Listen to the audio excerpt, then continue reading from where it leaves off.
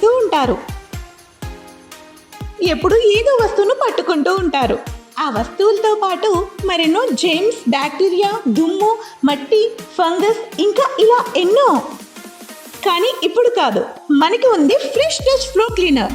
దీంట్లో ఉన్న ఫార్ములా అన్ని రకాల బ్యాక్టీరియాలను, ఫంగస్ను తొలగిస్తుంది మరియు మీ ఫ్లోర్ని ఉంచుతుంది 99.99% పరిశుభ్రంగా.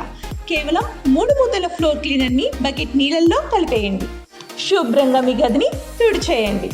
ఇప్పుడు అయింది మీ ఇల్లు సురక్షితంగా మరియు పరిశుభ్రంగా. ఫ్రెష్ టచ్ ఫ్లోర్ క్లీనర్ మీ ఇంటిని ఫ్రెష్గా ఉంచుతోంది. గౌతు లచ్చన్న గారి శత జయంతి ఉత్సవాలని ఉమ్మడి రాష్ట్రంలో హైదరాబాద్ లో రవీంద్ర భారతిలో నిర్వహించిన ఏకైక వ్యక్తి ఎవరో తెలుసా? స్వర్గీయ డాక్టర్ వైఎస్ రాజశేఖర రెడ్డి గారు అని చెప్పేసి మనం గుర్తుపెట్టుకోవాలి. లచ్చన్న గారిని గుర్తుపెట్టుకొని లచ్చన్న గారు ఏ పార్టీలో ఉన్నాడని చూడలా, లచ్చన్న గారు జాతీయ నాయకుడని గుర్తించిన ఏకైక ముఖ్యమంత్రి ఆనాటి ముఖ్యమంత్రి వైఎస్ రాజశేఖర రెడ్డి గారు అని చెప్పేసి మనం చెప్పుకోవాలి. శత జయంతి ఉత్సవాల్ని హైదరాబాద్ లో రవీంద్ర భారతి నడిబొడ్డులో జరిపిన మహనీయుడు. నిజంగా అటువంటి లచ్చన్న గారు మనవాడు, మన జాతి ముద్దుబిడ్డ.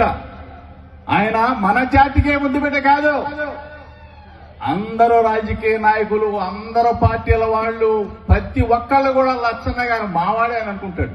ఎందుకంటే అందరి వాడు సర్దార్ గౌతు లచ్చన్న గారు అని చెప్పేసి మనం అందరం కూడా ఆయన స్ఫూర్తిగా తీసుకోవాలని చెప్పేసి మీ అందరూ కూడా చెప్తూ, బలహీన వర్గాల మనం అంతం ఈరోజు దమ్ముగా ముందుకు వస్తా ఉన్నాం.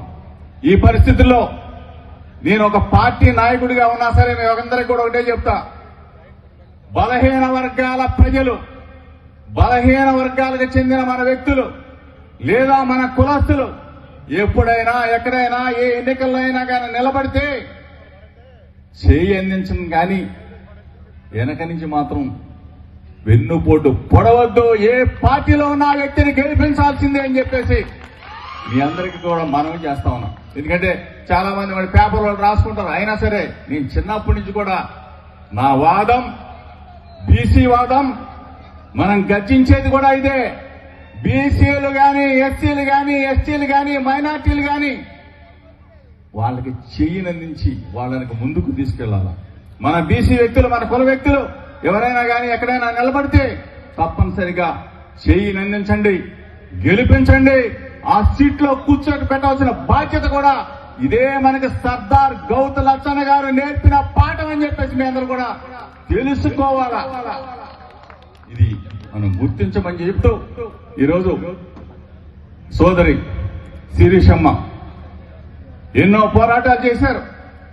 లచ్చన్న గారు ఆయన బాటలో నడిచారు. ఈరోజు మరలా దమ్ముగా